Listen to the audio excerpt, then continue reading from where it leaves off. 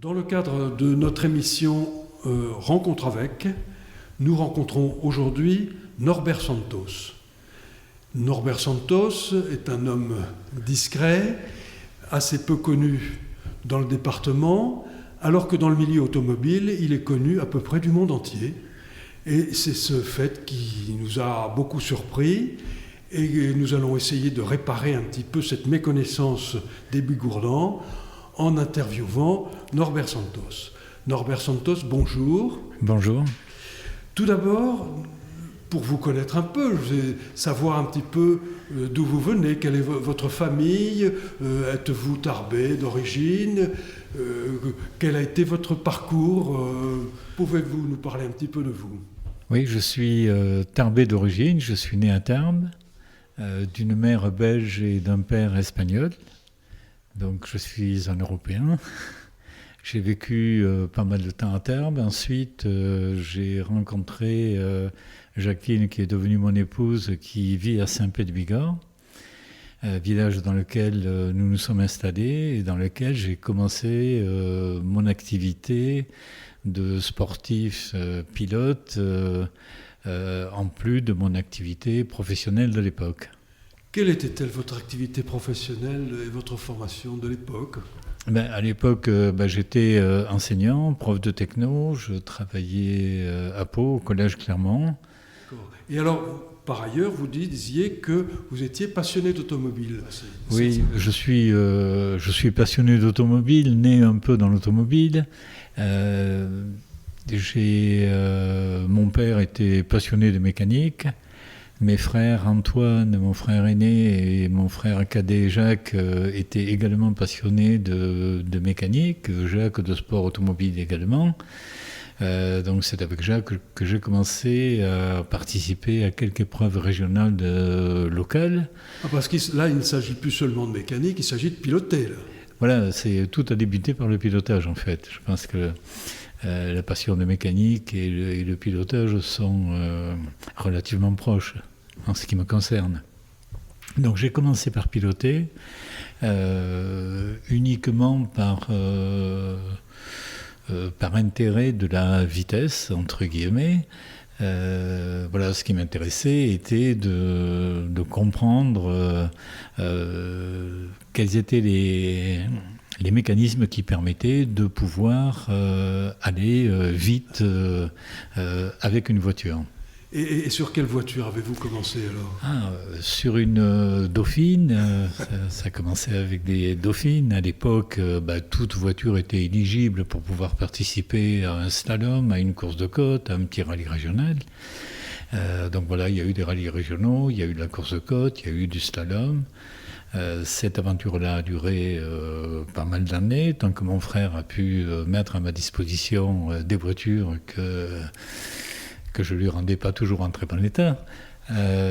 Ensuite, j'ai acheté une monoplace. C'était la première vraie voiture de compétition dont j'ai disposé. Une monoplace qui était une voiture très pointue, très compliquée à utiliser, à piloter. Là, on a passé un cran, parce que de la Dauphine, je pense que vous avez dû piloter des Porsche, des voitures non monoplaces. Non, pas beaucoup de voitures, plus des voitures de série. Et je suis passé, comme je le disais, un peu rapidement à une monoplace. Donc ça a été la première vraie voiture que j'ai eu l'occasion de piloter, qui ne m'a donné pratiquement aucune satisfaction. Excepté beaucoup de travail, car j'ai essayé de comprendre pourquoi ça ne marchait pas, pourquoi cette voiture n'avait pas le comportement que j'aurais souhaité qu'elle ait. À l'époque, les résultats n'étaient pas très bons, quoi. Non, les résultats n'étaient pas du tout bons, et pour moi, les résultats n'avaient pas beaucoup d'intérêt. Ce qui était important pour moi était de comprendre ce qui se passait et pourquoi la voiture avait ce comportement-là. Voilà, et puis j'ai fini par abandonner cette voiture-là et je me suis dirigé vers l'acquisition d'une berlinette alpine qui à l'époque était la voiture de compétition un peu polyvalente qui permettait de faire du rallye, de la course de côte, du slalom et également d'être utilisé sur la route, ce qui aujourd'hui serait complètement inconcevable. Donc voilà, j'ai commencé avec une première berlinette alpine et puis là je me suis davantage intéressé à la compétition et à la performance et au pilotage. Voilà, j'ai eu plusieurs berlinettes alpines avant de passer à d'autres voitures. Et ensuite, donc, finalement, à force d'étudier les voitures, de voir ce qui ne marchait pas ou pas bien, ce qui n'était pas optimisé, vous avez franchi le pas, c'est-à-dire que vous avez dit, mais puisque c'est comme ça, je vais améliorer moi-même la voiture, je vais la fabriquer en quelque sorte. Alors je ne me permettrai pas de dire que j'ai voulu améliorer une berlinette alpine, qui était déjà une voiture très très aboutie, d'autant que j'ai pu disposer à la fin de la série d'alpines que j'ai utilisée, de l'ancienne voiture de Gaston Verdoux, un Bagnéret, qui était une voiture d'usine, donc préparée par Alpine pour la compétition. C'était l'ancienne voiture de Jean-Pierre Nicolas, une voiture exceptionnelle qui fonctionnait à merveille et qui m'a apporté énormément de satisfaction. Mais j'ai rapidement fait le tour de ce genre de véhicule et je continuais à m'intéresser à la monoplace ou au prototype. Et lorsque j'ai pris la décision de passer à autre chose que l'Alpine, j'ai pu acquérir une barquette, donc un sport prototype. C'est des voitures qui sont découvertes, biplaces avec les roues couvertes. Voilà, c'est à partir de là où mon envie ou mon besoin d'améliorer ce genre de voiture est apparu. Et c'est à partir de ce moment-là où j'ai commencé à réellement m'intéresser à ce qu'était la conception, la technologie utilisée sur une voiture de compétition. Donc là, il ne s'agissait plus d'une voiture de série préparée ou modifiée pour la compétition, mais d'une voiture qui avait été elle-même conçue pour participer à des compétitions. Et alors là, donc, vous allez créer un atelier. Mais il faut, pour créer une voiture presque de toutes pièces, dans un atelier, il faut quand même de l'argent. Comment ça s'est passé? Parce que oui, alors, c'est pas votre salaire de prof, je pense. Non, pas du tout. Mais avant d'avoir créé une voiture, la première voiture que j'ai eu réalisée, j'ai d'abord acheté des voitures. Une de mes premières voitures était une voiture anglaise, une March 73S. C'est une voiture qui avait participé aux 24 heures du Mans. Donc c'est une voiture qui était déjà développée pour la compétition. Et sur cette voiture-là, je me suis vite rendu compte que la conception de la voiture était faite pour atteindre de grandes vitesses, comme les vitesses qui étaient atteintes à l'époque, 360 km/h dans la ligne droite des Hunaudières, mais pas particulièrement étudiée pour faire de la course de côte ou des courses en circuit, comme sur le circuit de Nogaro tel qu'il était à l'époque. Donc là, j'ai commencé à modifier cette voiture-là, à apporter des appendices aérodynamiques, à comprendre un peu ce qu'était la différence entre le comportement mécanique d'une voiture et l'influence de l'aérodynamique sur le comportement d'une voiture. Voilà, ça a été les débuts de ma manière de réfléchir à ce qu'était une voiture de compétition. Mais je ne comprends toujours pas comment, étant à Saint-Pé-de-Bigorre, on arrive progressivement à imposer sur le marché de la voiture de course des voitures, la Norma, qui va gagner un nombre incroyable de courses, de courses de côte, puis vous allez vous mettre à la voiture d'endurance avec les 24 heures du Mans. Enfin, comment on fait à partir d'une passion pour réaliser un atelier qui va être connu progressivement dans le monde entier et gagner des courses de façon incroyable?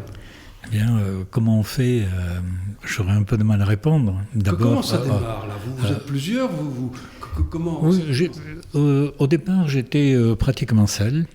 Et en fait, ça me convenait. Je me suis très vite rendu compte qu'être seul avait beaucoup de limites, car on ne peut pas entreprendre beaucoup en étant seul. Mais dans l'analyse que je faisais à ce moment-là et dans les réflexions que j'avais, l'important pour moi était de comprendre comment fonctionnait une voiture et quels étaient les différents éléments qui pouvaient avoir de l'influence sur le comportement d'une voiture. Donc j'ai eu cette première voiture, puis une seconde, une troisième, une quatrième, jusqu'à un point où un jour je me suis dit qu'apporter autant de modifications sur une voiture qui avait été conçue par une autre société ne représentait pas un véritable intérêt. Donc je me suis dit qu'il était peut-être temps que j'entreprenne la conception et la construction de ma propre voiture. Voilà comment les choses ont débuté. Et là, je me suis lancé dans quelque chose qui... je pense que si aujourd'hui je rencontrais quelqu'un qui avait aussi peu de connaissances que celles que j'avais à l'époque et qui sont en train de me dire voilà, je vais construire ma propre voiture, je le découragerais. Parce que depuis, je me suis rendu compte de toutes les difficultés qui existaient pour concevoir et réaliser une voiture.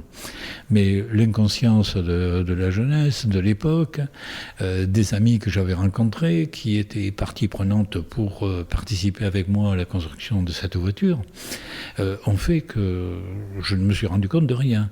Et je me suis lancé. Et votre épouse était d'accord ? Alors, bon, mon épouse n'était pas forcément d'accord.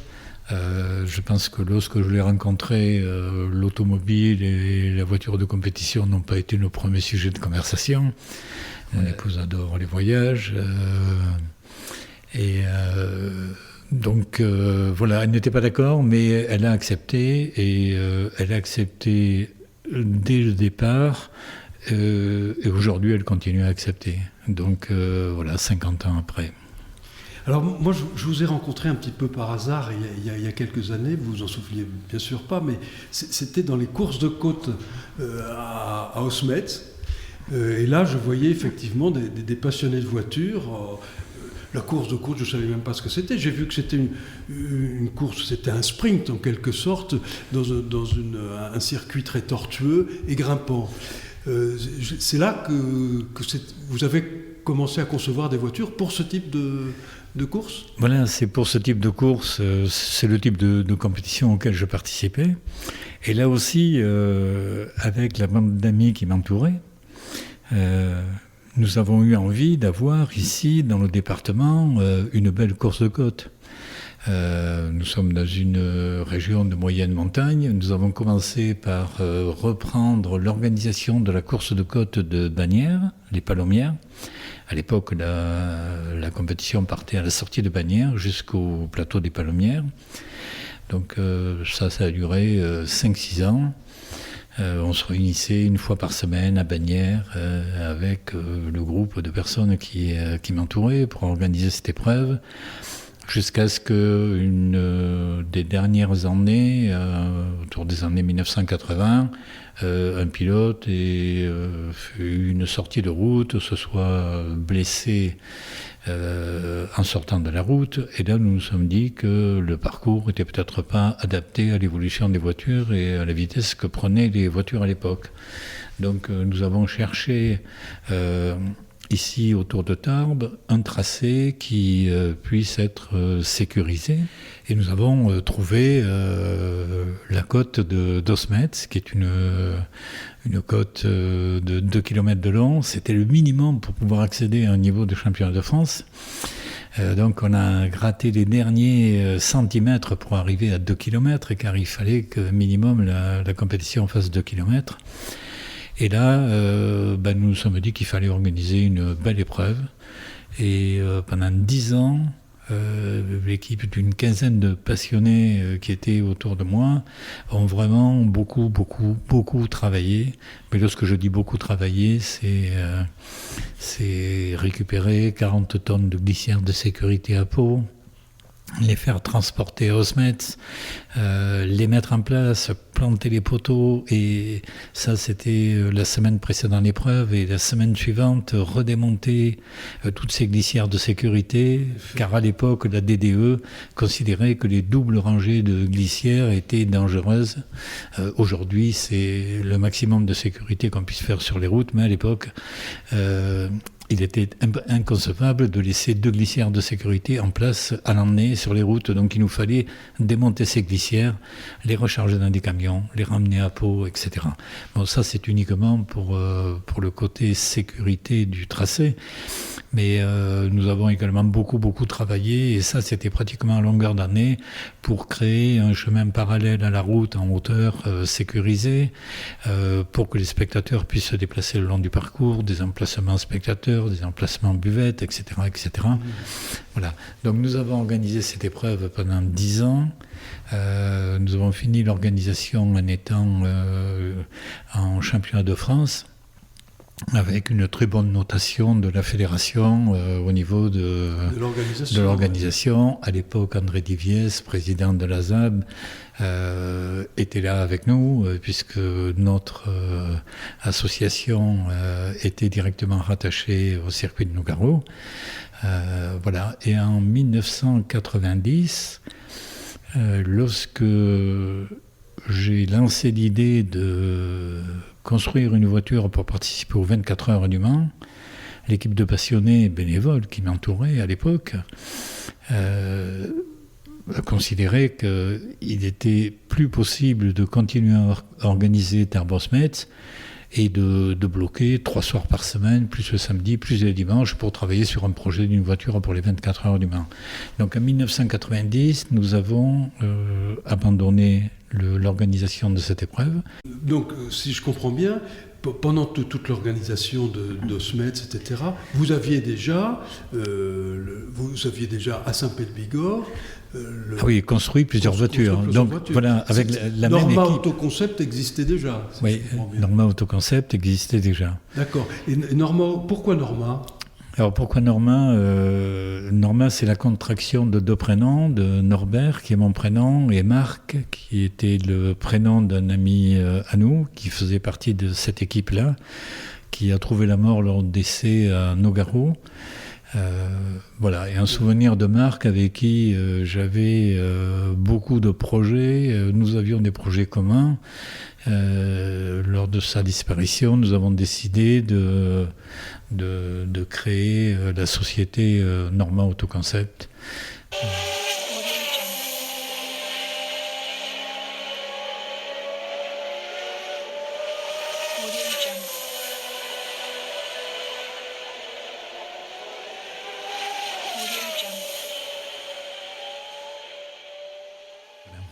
Alors, pour en revenir donc à la course, c'est quand même très étonnant. Vous partez d'une course de côte de quelques kilomètres, d'une course de sprint, et vous vous dites on va construire une voiture pour les 24 heures du Mans, ce qui est invraisemblable, puisque les 24 heures du Mans, c'est justement de l'endurance. Oui, c'est l'opposé complet de la course de côte. La course de côte est un sprint. Pendant 1 minute 30, c'est comme le 100 mètres par rapport au marathon. C'est exactement la même chose. Donc il faut d'emblée, grâce à une grande concentration, pouvoir donner le maximum de ses possibilités, et avoir une voiture qui, elle aussi, permette, dès le premier virage, d'avoir une adhérence efficace.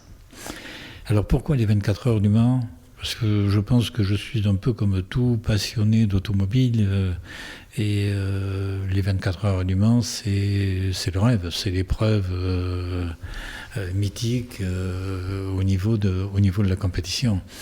Et là aussi, en 1990, il y avait une très très grande part d'inconscience de notre part d'imaginer réaliser une voiture pour participer aux 24 heures du Mans.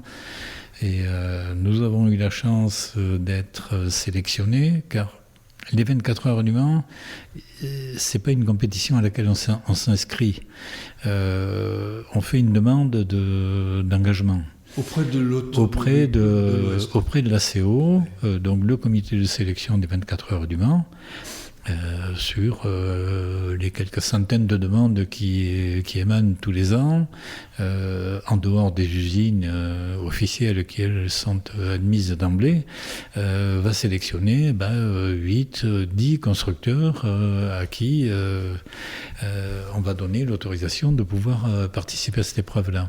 Mais ces gens-là participent dans les mêmes catégories? Oui, je suppose qu'il y a plusieurs Alors, catégories. il y a aujourd'hui encore, il y a 2 catégories aux 24 heures du Mans. La catégorie Rennes, qui s'appelle LMP1 ou LMDH aujourd'hui, et le LMP2, donc la catégorie qui est juste inférieure. Là, je parle pour les prototypes, car parallèlement à ces voitures-là, il y a également des voitures GT, c'est-à-dire dérivées de voitures de série, comme des Porsche, Ferrari, Aston Martin, qui, elles, participent également à la course. Mais vous étiez donc dans la catégorie prototype. Oui, dans la grande catégorie. Voilà. Oui, non, mais à venir, il fallait entrer par la grande porte. Et alors, quels ont été les résultats? Alors, le résultat, nous ne le connaissons pas, car la voiture, malheureusement, n'a pas pu rouler, car nous avions fait le choix de motoriser cette voiture-là avec un tout nouveau moteur français. On avait envie de travailler avec des Français plutôt qu'avec des Anglais qui étaient les numéros 1 à l'époque au niveau des motorisations. Donc nous avions fait le choix d'utiliser un moteur MGN qui n'a jamais fonctionné et qui n'a jamais permis à la voiture d'être qualifiée. Donc ça a été un échec total. Ça a représenté 3 ans de travail, d'un travail considérable.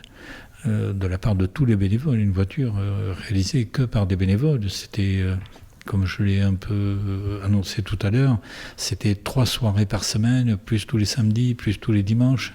Et tous les bénévoles qui étaient là passaient leur congé. Enfin, voilà, ça a été un travail considérable pour un résultat catastrophique. Par contre, en matière de courses de côte, vous avez gagné absolument toutes les courses de côte et les plus prestigieuses, en particulier aux États-Unis. Oui, et à ce moment-là, moi je me suis posé la question de savoir s'il fallait poursuivre ou s'il fallait abandonner, car financièrement, le projet avait été entièrement autofinancé, donc ça représentait un véritable échec.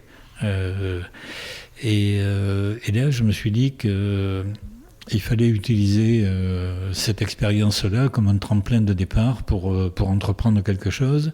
Et j'ai créé une société à ce moment-là qui s'appelait Norma Autoconcept en 1990. Nous avons fait construire un bâtiment de 600 mètres carrés à Saint-Pé. Et là, j'ai décidé de concevoir et de réaliser des voitures pour des pilotes et pour des écuries. Et en ce qui me concernait, de tirer un trait sur ce passage en tant que pilote. Donc là, je me suis retrouvé de l'autre côté, du côté du constructeur. Voilà. Et à parler avec des pilotes, je savais un peu de quoi ils me parlaient, mais ça a été pour moi tirer un trait sur cette période de pilote, entre guillemets. Oui, alors j'ai vu parce qu'il est paru là récemment un livre, ou plutôt deux livres, sur Norma, les créations de Norbert Santos, très bien illustrés. Et dans ces 2 livres, on voit à la fin le nombre de pilotes qui a piloté des Norma. Il y a plusieurs centaines de pilotes, enfin, j'ai vu ça, c'est impressionnant. Donc c'est une voiture, la Norma, qui a été dans toute l'Europe et dans le monde entier, et qui a gagné, et qui est très, très demandée. Mais alors, donc vous les concevez, vous les construisez à Saint-Pé-de-Bigorre. Parlons un petit peu de l'entreprise, justement. Ça représente combien de personnes qui travaillent à Norma Autoconcept? Alors, il y a eu jusqu'à une trentaine de salariés dans l'entreprise. Donc, à un moment, il y avait une très grosse activité qui, aujourd'hui, est en train de redémarrer. Et je pense que ce qui se passe aujourd'hui est très, très intéressant à suivre. On en parlera un petit peu tout à l'heure. Et oui, vous parliez du nombre de pilotes. C'est vrai, ces 2 livres ont été écrits par Jean-Marc Tessèdre, qui est le journaliste référent dans le monde au niveau du sport prototype. C'est lui qui écrit l'annuaire des 24 heures du Mans tous les ans depuis 30 ans. Et un jour, il a pris contact avec moi, il me dit il serait intéressant d'écrire ton histoire. Et donc, moi, je n'avais absolument aucune archive, je n'avais pratiquement conservé aucune photo, j'avais des souvenirs qui étaient un peu brouillons dans ma tête. Et je lui ai dit ça me semble impossible car je n'ai rien de tout ce qu'il te faut pour pouvoir... Non, mais il me dit ça, je peux trouver toutes les informations, les classements, etc. etc. Donc Jean-Marc a travaillé pendant 4 ans pour rédiger ces 2 ouvrages. Et lorsqu'il a eu pratiquement terminé, un jour il me dit Norbert, voilà, je pense qu'il est important de recenser tous les pilotes qui ont roulé sur des Normands. Alors je dis non, Jean-Marc, c'est tâche impossible. C'est impossible. Tu oublieras certains pilotes et ce serait pas bien d'en oublier parce qu'il n'y a pas eu un pilote plus important qu'un autre. Donc il me dit non, mais je pense que je pourrais faire ça sans en oublier aucun. Et je crois qu'il y a 1600 ou 1700 pilotes qui ont été répertoriés, nom, prénom, voilà le type de voiture sur laquelle ils ont couru. Et alors, dans cette entreprise, à Saint-Pé-de-Bigorre, là, dans les 35 ans que vous avez œuvré à construire des voitures, combien vous avez produit de voitures à peu près ? C'est quel rythme pour produire une voiture, un prototype ? Alors, pour produire une voiture prototype, c'est-à-dire modèle unique, il faut plusieurs mois. Lorsqu'on produit plusieurs voitures semblables, on ne peut pas appeler ça de la série, mais de la toute petite série. Si tout est bien organisé, à 2 opérateurs, je dirais qu'il faut... un peu moins d'un mois pour construire une voiture. Alors, quand on parle de construire une voiture, vous n'êtes pas motoriste, c'est-à-dire vous achetez les moteurs et vous construisez le châssis et puis ce qui couvre le châssis, quoi. Oui, alors aujourd'hui, nous ne nous occupons pas des moteurs, ce sont des motoristes qui prennent en charge ce secteur-là, ce qui n'a pas toujours été le cas. Car pendant près de 10 ans, nous avions un ingénieur motoriste qui travaillait avec nous et nous produisions nos propres moteurs. Donc là, c'était vraiment la voiture de A à Z, c'est-à-dire qu'on partait d'une feuille blanche et en fonction d'une réglementation, on concevait une voiture, on la dessinait entièrement, le châssis, les suspensions, y compris la motorisation. Voilà. C'était pas de l'adaptation, c'était de la conception. Je crois que vous étiez parti d'un châssis alu, puis vous avez évolué vers le châssis en fibre de carbone. Oui, alors il y a eu plusieurs stades d'évolution. On a commencé à travailler en 1990 avec une très bonne relation que nous avions eue à l'époque avec M. Danjean, qui était directeur de la Socata à Tarbes, qui nous avait ouvert les portes de la Socata, qui nous permettait d'aller comprendre les technologies aéronautiques qui étaient utilisées à l'époque, avec le nid d'abeille notamment, les composites, puisqu'il commençait à travailler le carbone. Et je pense que M. Danjean, en nous ouvrant les portes de la Socata, comme il l'a fait à l'époque, dans les années 88-90, nous a permis de progresser très très rapidement dans le choix de tous les matériaux qui sont utilisés dans la conception d'une voiture. D'accord. Et comment fait-on pour avoir des gens compétents qui viennent travailler chez vous à Saint-Pé-de-Bigorre ? C'est quand même pas ni Toulouse, ni Paris... Bon, ce qu'il faut savoir, c'est qu'en France, il y a très peu de constructeurs automobiles. Aujourd'hui, il reste des constructeurs artisanaux, comme nous, peut-être 3 constructeurs. Ligier, Miguel, et Norma, ou Nova maintenant, puisque la société a changé d'appellation pour passer sous l'appellation Nova. Et je pense que nous sommes les seuls. Donc, des gens... avec une formation spécifique, il n'en existe pas dans le monde du travail. Donc les gens sont formés et c'est nous qui formons en interne les gens. dans notre entreprise, qui sortent avec des bases, bien sûr. Actuellement, l'associé de Camille, ma fille, qui dirige la société Nova, est un ingénieur qui a fait ses études à l'ENIT à Tarbes, que j'ai connu il y a 20 ans, lorsqu'il a fait un stage chez nous, son PFE, son projet de fin d'études chez nous, et il n'en est jamais reparti. Donc il a tout de suite mordu. Oui, c'est quelqu'un qui est aussi passionné que moi par la conception et par la compétition.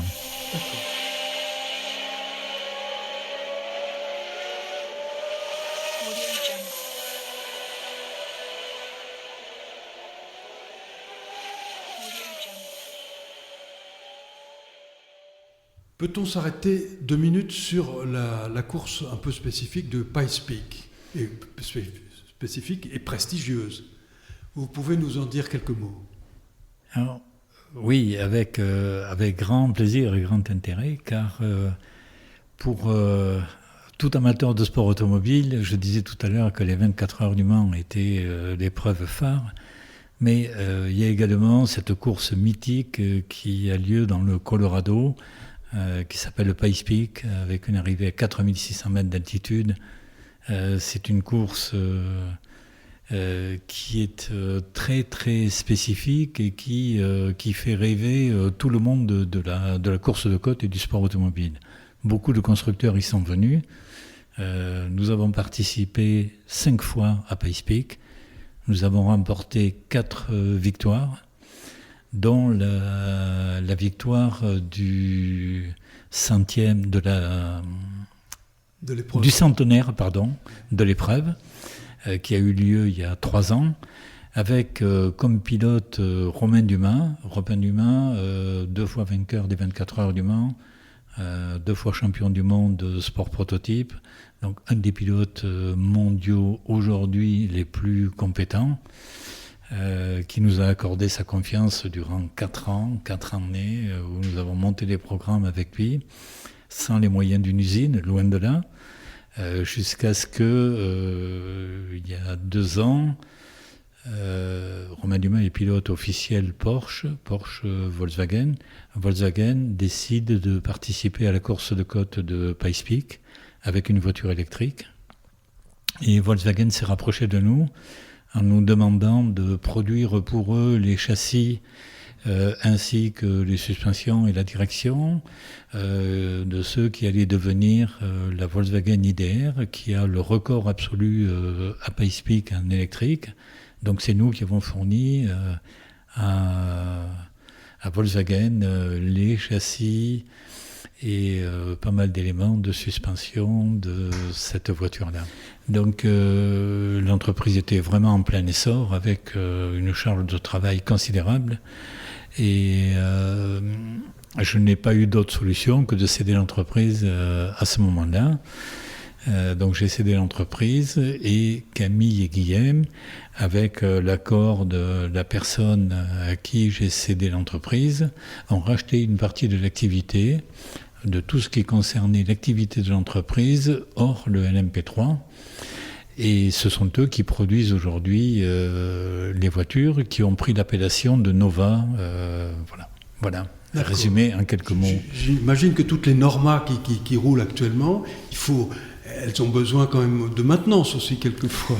Oui, oui, parce que je ne dirais pas toutes les voitures, mais pratiquement toutes les voitures qui ont été construites, et ça représente peut-être au niveau de Norma, je ne sais pas, 500 voitures ou peut-être davantage.